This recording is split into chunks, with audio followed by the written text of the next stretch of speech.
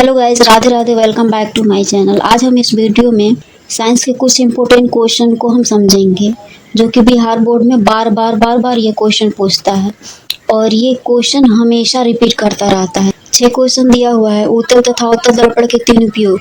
ये कई बार एग्जाम में पूछा हुआ है और बार बार हमेशा पूछता है। दूसरा है सजीव के मुख्य 4 लक्षण को लिखें। तीसरा दिया है दृष्टि दोष क्या है और ये कितने प्रकार का होता है, और दृष्टि दोष हमेशा पूछता है एग्जाम में।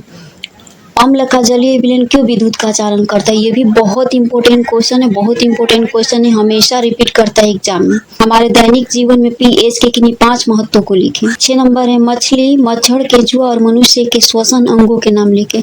यानी श्वसन अंगों का नाम हमेशा पूछता है, कभी ऑब्जेक्टिव में पूछता है, कभी सब्जेक्टिव में पूछता है।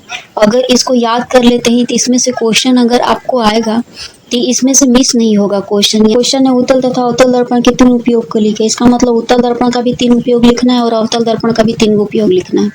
तो उत्तल दर्पण का उपयोग क्या है? पहले नंबर पे है मोटर गाड़ियों में पीछे वस्तुओं को देखने के लिए। यानी कि मोटर गाड़ियों में क्या लगता है? पीछे वस्तुओं को देखने के लिए लगाया जाता है।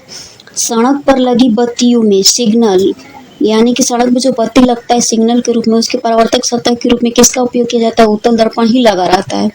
धूप के जो चश्मे होते हैं, वो धूप के चश्मे में किसका प्रयोग होता है? उत्तल दर्पण का प्रयोग होता है। अवतल दर्पण के उपयोग 3 गो। हजामती यानी कि दाढ़ी बनाने के लिए किसका प्रयोग होता है? अवतल दर्पण का उपयोग होता है।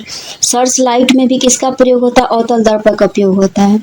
अब देखिए, हम लोग चेक करवाने जाते हैं, आँख, कान, नाक, दांत, गले आदि की चेक करवाने जाते हैं, तो उसमें भी अवतल दर्पण का उपयोग होता है। इस तरह 3 और 3 उत्तल दर्पण अवतल दर्पण का उपयोग है। अगर एग्जाम में आएगा तो बहुत ही आसान है, आसानी से इसको याद कर लीजिएगा, लिख लीजिएगा।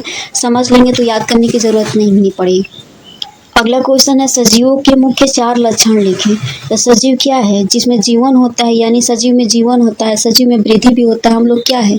एक सजीव जी है। पेड़ पौधा क्या है? एक सजीव जी है, यानी पेड़ पौधा में भी वृद्धि होता है। छोटा रहता है, बड़ा हो जाता है, कुछ समय के बाद वो मुरझा जाता है। यानी सजीव में श्वसन भी होता है।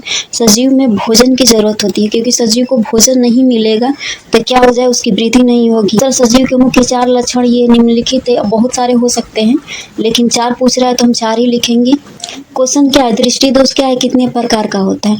आप देखे होंगे कि किसी व्यक्ति को नजदीक की वस्तु दिखाई देती है किंतु दूर की वस्तु नहीं दिखाई देती है, और कुछ व्यक्ति को दूर की दिखाई देती है, नजदीक की नहीं दिखाई देती है। कुछ व्यक्ति ऐसे होते हैं जो दूर के भी साफ नहीं दिखाई देता और नजदीक के भी साफ नहीं दिखाई देता है।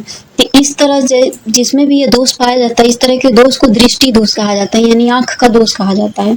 तो लिखा गया है कि जब किसी व्यक्ति को देखने की क्षमता, यानी देखने की जो क्षमता होता है वो कम हो जाए, यानी कुछ हिस्सा या पूरा हिस्सा खो जाए, यानी खो जाने का मतलब कम हो जाए, तो ऐसे को क्या कहते हैं? दृष्टि दोष कहलाता है। अगर इस तरह का अगर कोई दोष आता है आंख में तो इसको दृष्टि दोष कहते हैं। और दृष्टि दोष कितने प्रकार का होता है? 3 प्रकार के होते हैं। निकट दृष्टि दोष जिसको मायोपिया कहते हैं, दूर दृष्टि दोष हाइपरमेट्रोपिया कहते हैं, जरा दूर दृष्टता प्रेसबायोपिया। तीनों का अलग अलग परिभाषा भी कभी एग्जाम में पूछता है।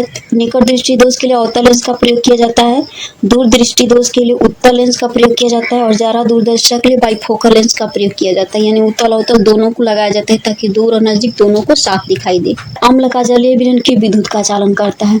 बहुत इंपॉर्टेंट क्वेश्चन है और हमेशा एग्जाम में पूछता है। 1 नंबर 2 नंबर में पूछता रहता है हमेशा। तो अगर इतना 3 लाइन का परिभाषा अगर इसको याद कर लेते हैं, समझ लेते हैं, तो 2 नंबर ऐसे ही मिल जाएगा। कह रहा अम्ल का जलीय विलयन विद्युत का चालन करता है। क्यों? क्योंकि अम्ल पानी में घुलने पर हाइड्रोजन आयन देता है। जब अम्ल पानी के साथ यानी जल के साथ अभिक्रिया करता है तो हाइड्रोजन आयन मुक्त करता है। इसी कारण अम्ल का जलीय विलयन विद्युत का चालन करता है। अगला क्वेश्चन है मछली, मच्छर, केंचुआ और मनुष्य के श्वसन अंग का नाम लिखिए। तो मछली श्वसन अंग जिससे सांस लेते हैं, मच्छर किस चीज से सांस लेता है, केंचुआ किस चीज से सांस लेता है, और मनुष्य यानी हम लोग किस तरह से सांस लेते हैं, वही अंग का नाम लिखना है। तो मछली का श्वसन अंग गलफड़ा होता है, मच्छर का श्वास नाक से सांस लेता है, केंचुआ त्वचा से सांस लेता है और मनुष्य नाक से सांस लेते हैं। अगला है हमारे दैनिक जीवन में पीएच के 5 महत्वों को लिखे।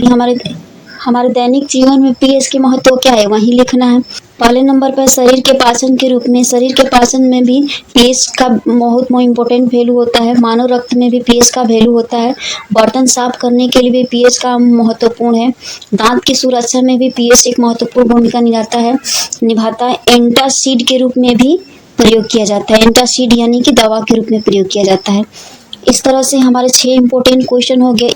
चलिए मिलते हैं अगले वीडियो में, तब तक के लिए राधे राधे। इस तरह के वीडियो मिस न करने के लिए हमारे चैनल से जुड़े रहे। इस तरह के वीडियो हम हमेशा लेके आते रहते हैं।